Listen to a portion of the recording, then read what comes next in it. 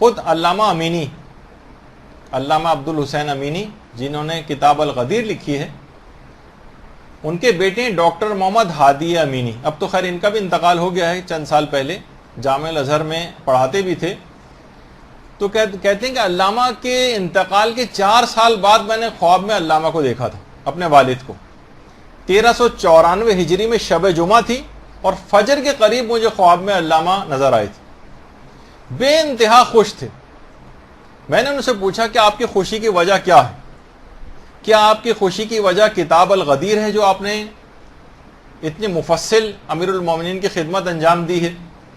کیا یہ وجہ ہے یا دیگر تالیفات ہیں آپ کی وجہ آپ کے خوش ہونے کی، یا وہ امیر المومنین لائبریری جو کہ نجف میں ہے جو انہوں نے قائم کی تھی، کیا یہ آپ کی خوشی کی وجہ ہے؟ آیت اللہ امینی نے فرمایا میری خوشی کی وجہ زیارت امام حسین علیہ الصلوۃ والسلام.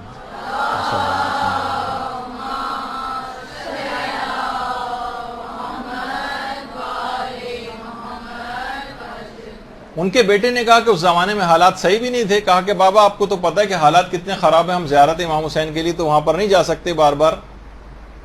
تو اس موقع پہ پھر علامہ نے کہا کہ میں نے تمہیں جب زندہ تھا اس وقت بھی وصیت کی تھی، اب دوبارہ تاکید کرتا ہوں کہ کسی بھی صورت زیارت عاشورہ کو ترک مت کرنا، اور جس طرح سے تم روزانہ واجبات اپنے انجام دیتے ہو اس طرح سے زیارت عاشورہ کو پڑھتے رہنا. جس طریقے سے تم روزانہ کی بنیاد پر واجبات کو انجام دیتے ہو. دیکھیں ہمارے علماء اتنے حساس رہے ہیں، خاص طور پر زیارت عاشورہ کی آج کل ظالموں کی نابودی کی نیت سے پڑھنا. اپنے لحاظ سے بھی کہ ملا فتح علی سلطان آبادی گزرے ہیں، یہ محرم کے پہلے 10 دنوں میں ہر شہید کربلا کی طرف سے الگ الگ زیارت عاشورہ پڑھتے تھے روزانہ ابتدائی 10 دنوں میں. حتیٰ کہ جس وقت ان کی روح جسم سے نکل رہی تھی اس وقت بھی زیارت عاشورہ ان کی زبان پر تھی. یہی وجہ ہے کہ شیخ محمد حسین غروی اصفہانی کمپانی ایک ہمارے ایک عالم گزرے ہیں، اور مسلسل فقہ اور اصول کے اندر تو ان کی ظاہر کتابیں اور خدمات تھیں، لیکن مسلسل زیارت عاشورہ کو پڑھنے کے اتنے عادی تھے کہ ان کی خاص دعا تھی کہ پروردگار میرا جس وقت انتقال ہو تو میری زبان پر آخری کلمات زیارت عاشورہ کے ہوں.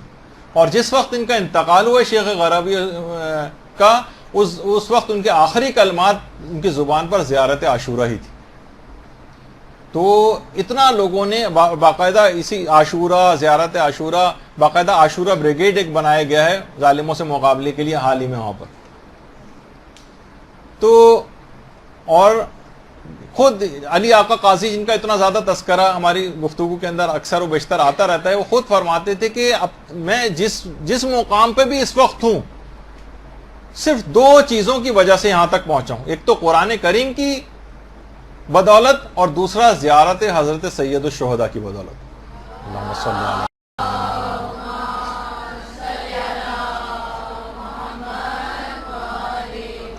جو مقام بھی مجھے حاصل ہوا ہے ان 2 چیزوں کی وجہ سے حاصل ہوا. دیکھیے ابھی ہم نے کہا 50 آیات تلاوت قرآن روزانہ کرنا اور ہر وقت قرآن کو اپنے اڑنا بچھونا قرار دینا، اور اسی طریقے سے زیارت عاشورہ بھی اگر انسان اس انداز سے کرتا رہے. آیت اللہ سید تقی موسوی اصفہانی جو صاحب مکیال المکارم کہلاتے ہیں، ان کے خادم کے بھائی نے ان کے خادم تھے، انہوں نے اپنے بھائی کو خواب میں دیکھا جو انتقال کر گئے تھے. دیکھا کہ بہت لباس فاخرانہ پہنے ہوئے ہیں.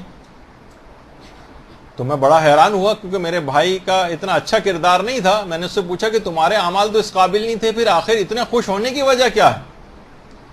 کہا کل ہی ایک جو گورکن ہے قبرستان کا اس کی ماں کی تدفین یہاں پر ہوئی ہے، اور امام حسین 3 دفعہ اس گورکن کی ماں کی قبر میں آ چکے ہیں. اللہم صلی علی محمد وعلی محمد. اور اطراف کی جتنی بھی قبریں ہیں اس گورکن کی ماں کی اطراف کی جتنی بھی قبریں ہیں ان سب کو امام حسین کی طرف سے لباس فاخرہ عطا کیا گیا. اللہم صلی علی محمد وعلی محمد.